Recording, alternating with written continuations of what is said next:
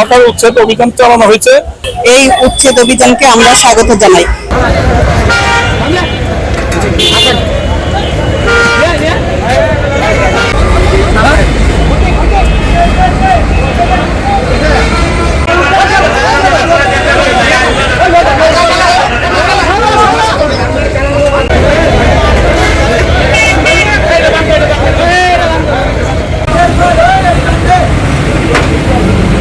এই উচ্ছেদ অভিযানকে আমরা স্বাগত জানাই এবং আমরা মনে করি যে এই উচ্ছেদের মাধ্যমে এই রাস্তাঘাট পরিষ্কার পরিচ্ছন্ন থাকবে এবং শুধু উচ্ছেদ করলে হবে না, এই রাস্তাঘাটকে অবশ্যই পরিষ্কার পরিচ্ছন্নতা রাখতে হবে।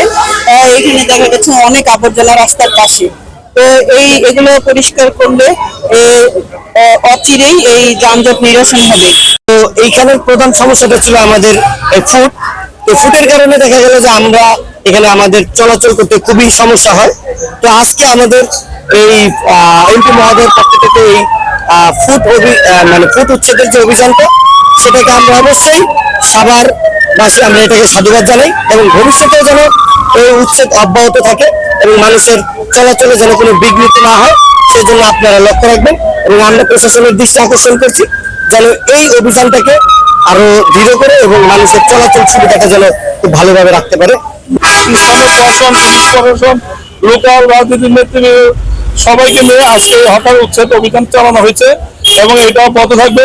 ভবিষ্যতে কেউ যদি বসে তার জন্য তাকে আইনি ব্যবস্থা নেওয়া হবে এবং এই অভিযান কন্টিনিউ চলবে, চলাচল করতে পারে।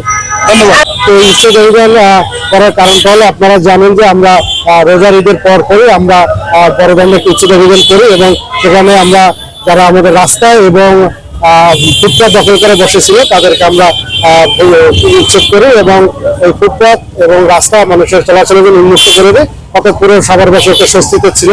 তো এটা আমরা 2 মাস বহাল রাখতে সক্ষম হই। পরবর্তীতে কোরবানির ঈদের 9-10 দিন আগে আমরা কিছু হকার তারা এসে আসলে জোরপূর্বক আমাদের এই পুনরায় ফুটপাথে বসে যায়।